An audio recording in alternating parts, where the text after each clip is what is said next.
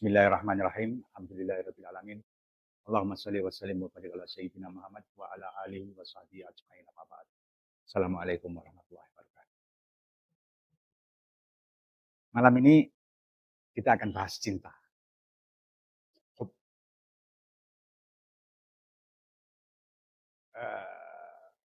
Cinta itu unik. Misalnya begini. Tokoh tasawuf yang dianggap falsafi. Tasawuf itu ada yang dianggap tasawuf cinta dan tasawuf falsafi. Tokoh tasawuf falsafi itu Ibnu Arabi biasanya. Itu menganggap bahwa puncak pencapaian tertinggi itu cinta, bukan ilmu. Dan tampaknya kita juga sering kecelik ketika memahami cinta. Persis seperti kita kecelik ketika memahami daun berwarna hijau.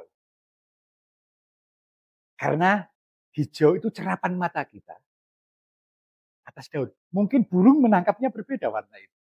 Atau makhluk lain menangkapnya berbeda. Belum ada pembuktian.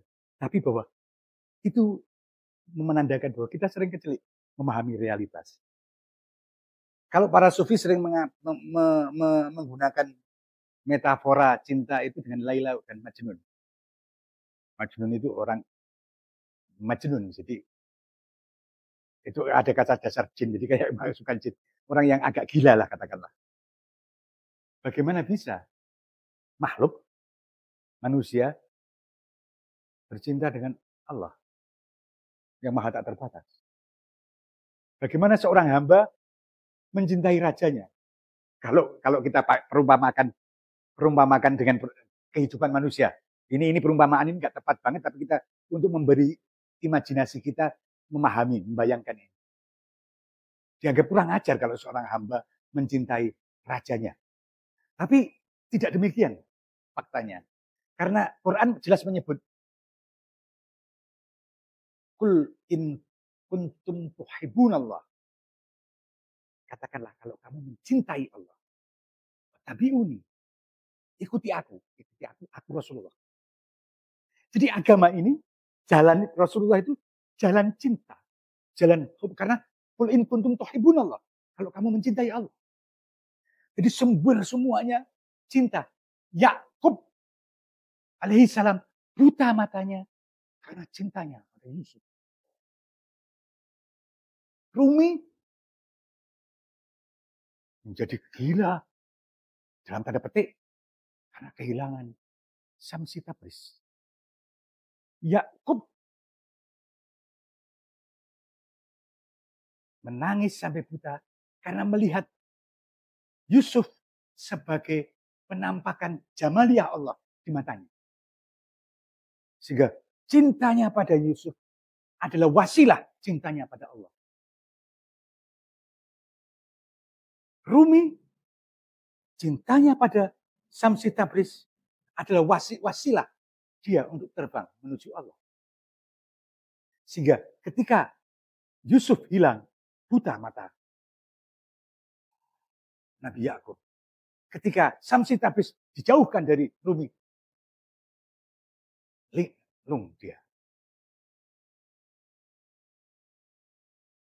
Jadi cinta kunci.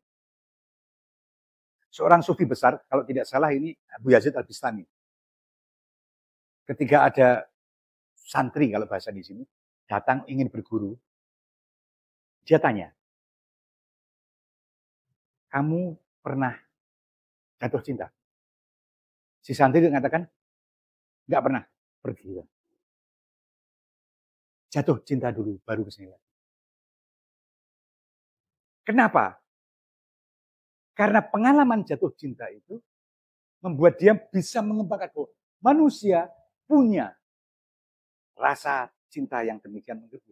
Sehingga dia bisa memahami untuk mengubah objek dalam tanda petik ya, yang dicintai itu dari manusia ke Allah. Kalau tidak pernah mengalami itu, bagaimana kita bisa mencintai Allah? Dalam tasawuf cinta ibarat anggur, sering dibaratkan anggur. Dan kalau menurut Syekh Junaid Al-Baghdadi, pecinta yang luar biasa itu, yang minum anggur, dalam tanda petik, minum anggur sebanyak apapun, tidak kehilangan kesadarannya, tidak menjadi mabuk. Dia tetap duduk sebagai orang yang sadar. Yang kalau bahasa Jawa ngerompang atau bicara nggak karuan, minum sedikit, itu pemabuk amatiran.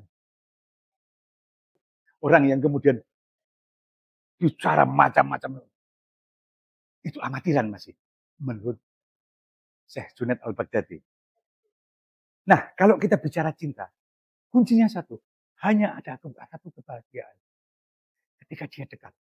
Dan hanya ada satu kesedihan ketika dia merasa jauh. Dia tidak peduli yang lain kecuali dekat dengan yang dicintai. Meskipun itu sakit, meskipun itu menderita, apapun dia tempuh demi dekat dengan yang dia kasihi, yang dengan dia cintai. Karena apapun yang sakit, apapun yang membuat dia menderita, akan tetap terasa manis ketika dekat dengan yang dicintai. Itu konsep kul in kuntum tuhibbunallah. Jadi ketika kita beragama, dasar yang menggerakkan, penggerak utamanya, tenaga utamanya, harus hub, cinta.